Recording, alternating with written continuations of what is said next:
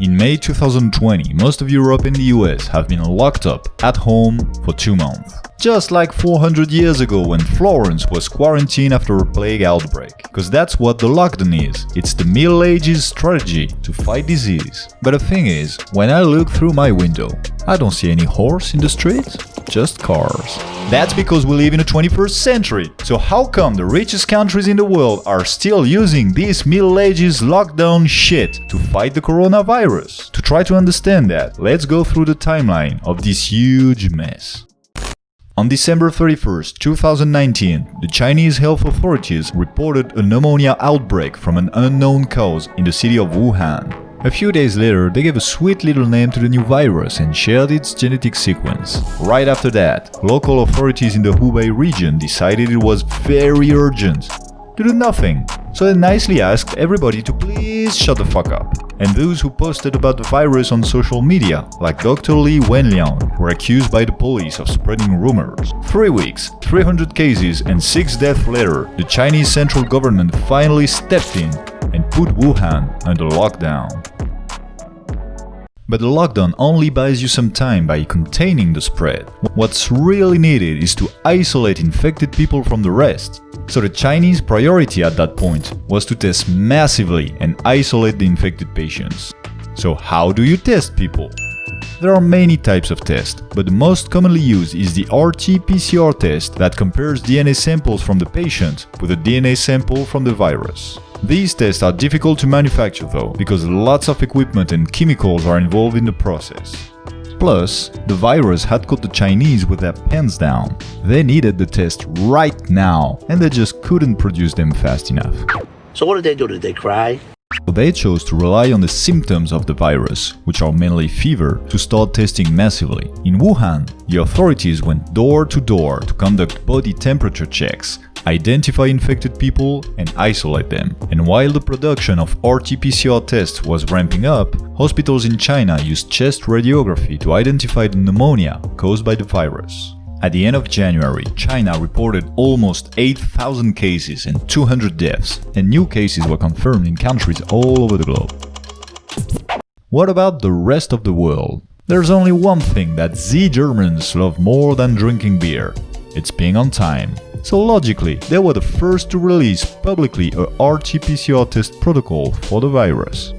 Meanwhile, in South Korea, as soon as they heard the word coronavirus, they went like this. That's because in 2015, South Korea was hit by another coronavirus, the MERS, and they didn't manage it too well.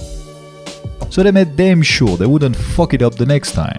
Just 7 days after confirming the first case on their soil, the government called out a meeting with Korean pharmaceutical companies. A few days later, they were making tests like McDonald's makes Big Macs, at a rhythm of 14,000 per week on average. Then, China and Japan each launched updated RT-PCR test protocols, and Colombia became the first Latin American country to run coronavirus tests.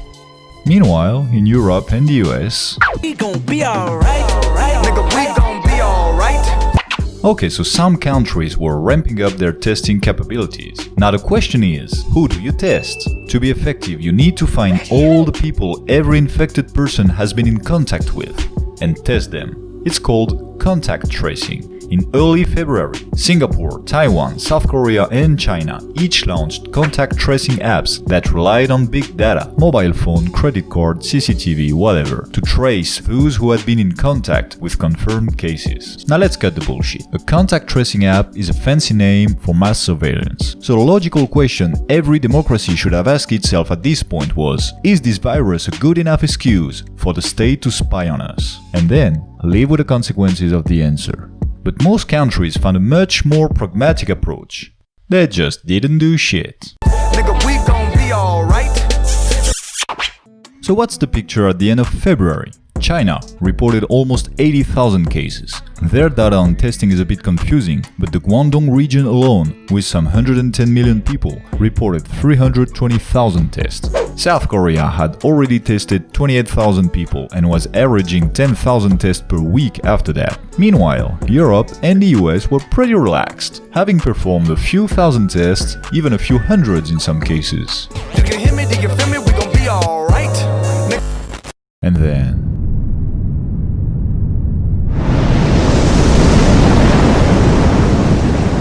emergenza nazionale. More European countries are following Italy's footsteps. El estado de alarma.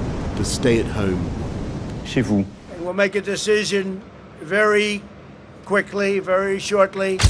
Suddenly, all these political leaders that had done nothing for the past 2 months found themselves in a press conference with their dick in a hand and a moronic look of seriousness on their face, telling us the country needed to shut down. Cause there was really nothing else to do at that point, was it?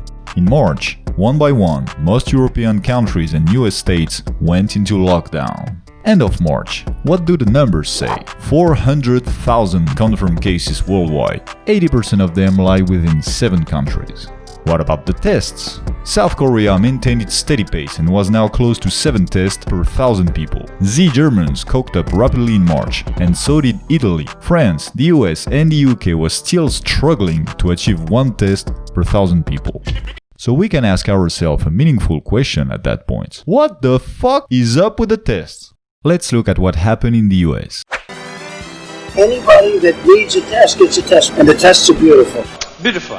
In mid-January, an RT-PCR test was made available to the world thanks to the Germans. But the CDC refused to use it. Don't worry, baby, we got this. They wanted to develop their own test. Made in America is back. But it took them forever. And they were the only institution allowed by the FDA to design a test. So everybody was just waiting for them. And February went quietly down the toilet. The FDA finally authorized labs and hospitals to design and run tests, but still imposed that they send every positive result to the CDC to retest it. Oh, here comes March. All this was finally solved in mid-March, just before entering the lockdown. Great job! Similarly, at the end of March, Europe read on the internet that most Asian countries were using contact tracing apps. Of course, it was now 2 months late, so it was mainly useless. But it doesn't matter. The EU immediately engaged in its favorite exercise, having 27 guys sitting around the table trying to come up with a common solution. In early April, a joint venture led by Germany was finally launched, with a name that sounded like a speech therapy exercise, the PEPPPT. Must have taken them weeks to agree on such a name. And just when they finally did, Germany pulled back and went for another app made by Google and Apple. End of April, let's see the numbers. 2.5 million confirmed cases worldwide. Half of them are in Europe and 1/3 in the US. China now only accounts for 3% of the cases, and South Korea 0.4%. A bunch of countries have achieved testing rates of 20 or more tests per 1,000 people. And they are not economic superpowers. Germany reached 25 per 1,000, Italy and Spain 20. The UK, France and the US were still struggling around 10. During the month of May, the number of cases more than doubled, and the distribution across countries remained roughly the same, except for Brazil, Russia and India. So here we are. 2 months of lockdown have triggered massive unemployment, and still, many deaths couldn't be avoided. Most countries are starting to reopen now because people need to eat, but since the virus hasn't gone away, the next month will probably look something like that. Open, shut them, open, shut them. Hopefully this big fuck-up will highlight a few things that need to change urgently. This crisis has confirmed that the essential workers were essentially the less paid workers. And that should spark a few questions about what is really valued in our societies. Also, the stimulus packages introduced by most governments have revived the idea of universal basic income. Actually, that's a topic in itself, so if you're interested in this subject, make sure you check out the video we made on this recently. Tell us what you think. So let's see how all this unfolds over the coming months. For now, we can only keep safe, be patient, and reflect on how to build the post-COVID-19 world. All right.